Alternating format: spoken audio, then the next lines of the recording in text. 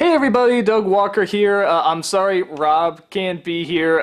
He is knee, head, whatever, deep in submissions right now. It's insane the amount we got, and are still getting. So he says he's sorry, he can't be here for this, but he pretty much said his opinion is my opinion when it comes to the one that he saw, which is X-Men Days of Future Past. So it's gonna be two vlogs, it's gonna be that, it's gonna be Maleficent, which I just saw, because I did the bum review of X-Men, and everyone's like, what'd you really think? What'd you really think? So this is just a quick follow-up as to what my real thoughts on the movie is, I should say. So, okay, you can't talk about, what is this, the fifth movie? Something like that in this series without talking about the other ones real fast. I'll try to give a real quick sum up of them, just my thoughts on them. I loved X-Men growing up. I love the comics. I love the cartoon. I got the cards. I got like everything. So when the first movie came out, I wasn't too excited because it came out when comic book movies were like the kiss of death. And you know how now you can do like Thor and Captain America, and just there's so much leeway in what people will buy now, and how much money goes into them. That was not the case. So this was trying to be a little bit more of a realistic send-up, and for as movies go, technically, as a good movie, it's not actually that good, because, like, a lot of the characters' motivations, there's a lot thrown in, the story's a little clunky sometimes, and they're just really trying to throw a lot at you, but as an adaptation, and as an X-Men fan, I enjoyed it. It's a good starting film, and like I said, this is probably, like, especially back then, one of the hardest things to adapt into a big screen motion picture, and I thought they did a decent job. Like I said, it's still not technically good, like, you know, just Wolverine and Cyclops just hate each other. Well, okay, forget any history, any development, whatever. They just kind of hate each other. And, you know, Sabretooth and Wolverine don't have a rivalry. It's stuff like that. But I thought it was okay. I thought it was a good start. X-Men 2 came out. Everyone says this is, like, the best one out of the series. I don't see it. I like Brian Cox. I like some of the action. I like Magneto's a little bit more of a bad guy. I guess for me, they're moving at the pace of the Harry Potter films. Like, ooh, we'll give you an eye drop of new information now, and I just felt like they were going too slow, and a lot of it was kind of padding, but I like Nightcrawler, I like Brian Cox, you know, and they kill off a character at the end, which is only to follow through with this, you know, the Phoenix Saga. I mean, everyone knows what that's going to be, and yeah, did anyone really care when that character went? I mean, it's just, I don't know. For me, it wasn't as big a thing, but I still liked it. It was still fun. It was, you know, an okay follow-up to the first one, but it still seemed like, hey, we're setting stuff up. The third one is where everyone says shit goes wrong and everything, they all go downhill from there. I don't hate it that much. I'm the asshole. I'm the asshole that does not mind this movie that much. But with that said, I know it's not good. I know it's not a good film. But I don't think any of them are really particularly good. But I got to the third one because it seemed like shit was going down, like actual interesting conversation starters. Like that's the one with the cure that can stop you from being a mutant, and whether or not it's a good thing or a bad thing and how everybody reacts to it, and there's a war fought over that. See, for me, that's like, yes, this seems like something that would be fought over, and this seems like now where kind of certain prejudices are. You know, if you could erase this, would you? Should you? Yeah. And I like that talk, where in 2 it was like, they want to kill all humans, they want to kill all mutants, and something about the world in the balance that's an immediate turnoff for me, because it's been done so much, and it's so obviously not, it takes you out of any form of reality they were trying to create for me. So I liked what they were focusing on the third one. I liked seeing Juggernaut. I love seeing Beast. Kelsey Grammer as Beast. How the hell did they do that? How the hell did they make such a ridiculous design, like, respectable and look cool? And he was great in it. A lot of bad stuff too. A lot of characters get axed off. I mean, thankfully one you don't care that much about. One died already. The Phoenix Saga is mostly botched, but again, keep in mind this. You couldn't do aliens or any of that stuff back then. You just couldn't. You know, now you can, because Marvel has made just these giant leaps in what you can do with comic book movies. I mean, and you can get away with doing this stuff. Back then, you just couldn't. I'm not saying that I like what they did with it, but yeah, I kind of get why they couldn't go all the way with that. But I still got to see a little bit. I got to see her going nuts. I saw shit flying and people blowing up. Didn't see the Firebird. That pissed me off. They build it up in the second one, not to deliver in the third one. So I'm not as angry with it as a lot of other people are, but I see why it's bad. I get it. But I just thought shit was finally going down. I saw some cool stuff I always wanted to see in an X-Men movie. So, it's a selfish reason. I'll just, very clear. X-Men Origins Wolverine came out. I thought that sucked. That was my X-Men 3. Nothing worked. The continuity was all off. The acting wasn't that good. The pacing was really bad.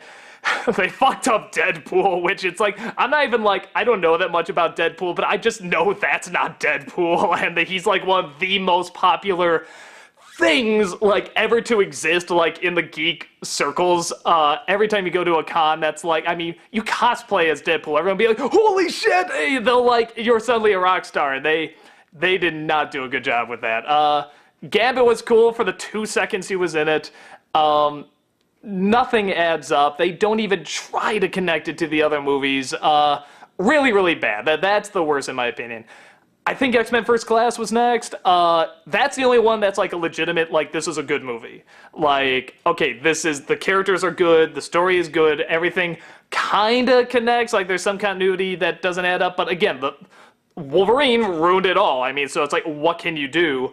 But it pisses me off because none of my favorite X-Men are in it. So it's like, from pure selfish standpoint, that drives me nuts. But I also acknowledge, as films go, that is the one that's like, this is a good movie. This is solid.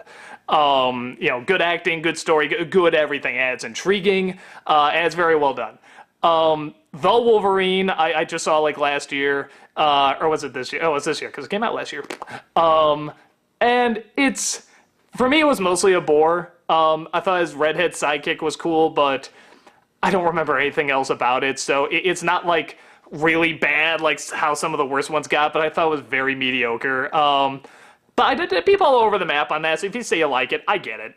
It seems like the most adult in many respects, but it's also the most boring. So finally, okay, long sum up there, the X-Men movies. But you gotta know going into this, because this is like the umpteenth version. This is X-Men Days of Future Past.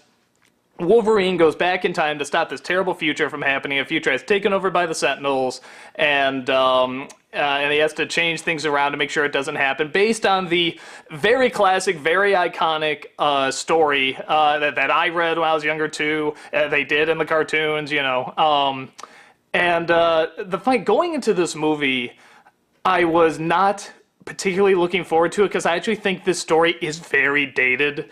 And what I mean by that, even though it's about the future, don't get me wrong, it came out, I want to say in the 80s, the story was written in the 80s, I think, and it's just Terminator. It's, the future's gonna suck, we have to go back in time to change it.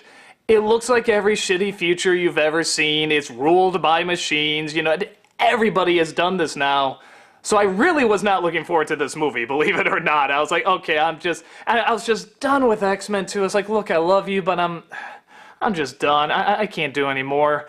But sure enough, the movie's going through, and it's combining the First Class cast with the original cast, which is really clever. I mean, really kind of brilliantly done. And you don't spend much time in the future. It's mostly dealing with Wolverine going to the past. It's not Shadowcat.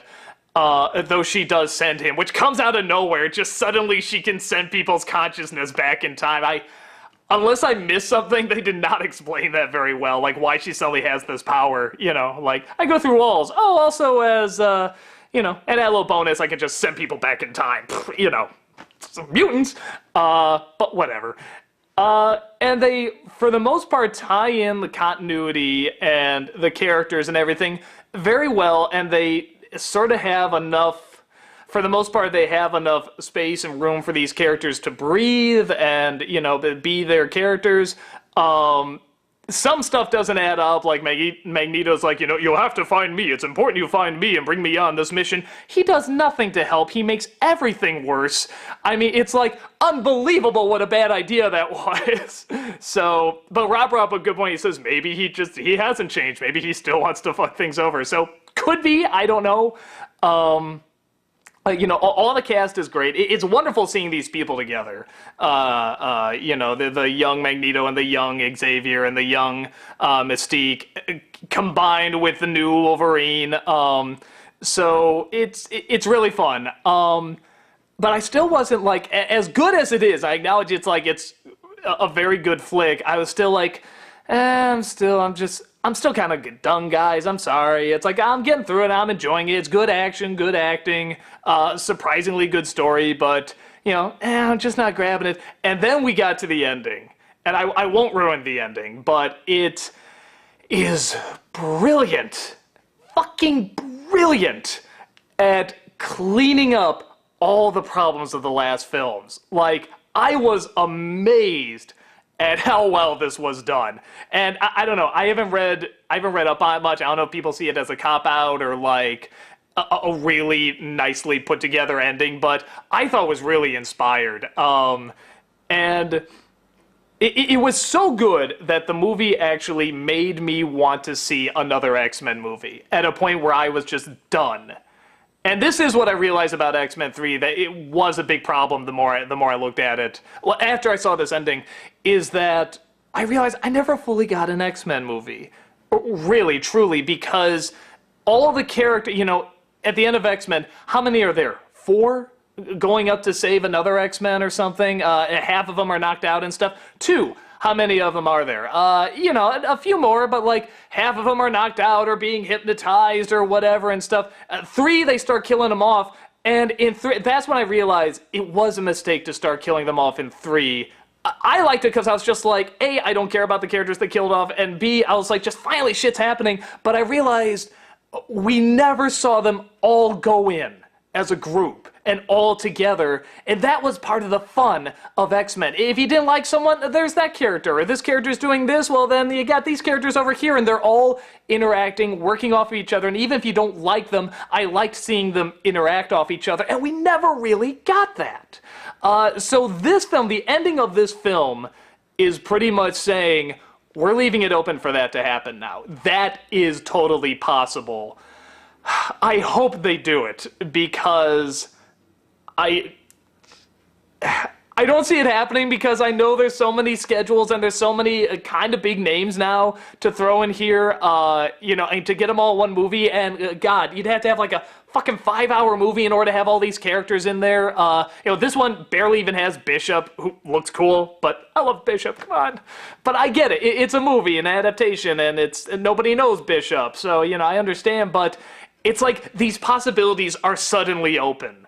And there's something legitimately exciting about it. So even if the next one doesn't follow through and it's crap and whatever, I'm still very thankful just for that anticipation that the end of this movie gave me. The whole ending is shot like you're waking up from a bad dream. And it's kind of like that for the audience too. You just sort of go, oh good. That's...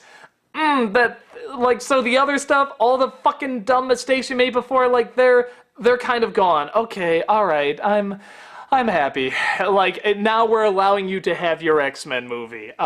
Whether they follow through or even can follow through is yet to be seen, but now you can do Avengers, you can do Thor, you can do all these crazy-ass things that you wouldn't be able to do, 20 years in the past, and now you can do them. So I think it's kind of exciting. I'm really excited. Like I said, the cynical side of me says they're not going to follow through, and they're just either going to bring back the old cast or the first class cast, which is probably more interesting, honestly. They're probably the more interesting characters, but I want to see an X-Men movie. I want to see all the characters together working off each other. Have Rogue come across another mutant that she touches for too long so she can fly and beat shit up. Bring in... Make them happen. We saw a bit in this one. We saw Iceman being Iceman. Again, sort of like in X-Men 3, we're finally getting the X-Men acting like X-Men.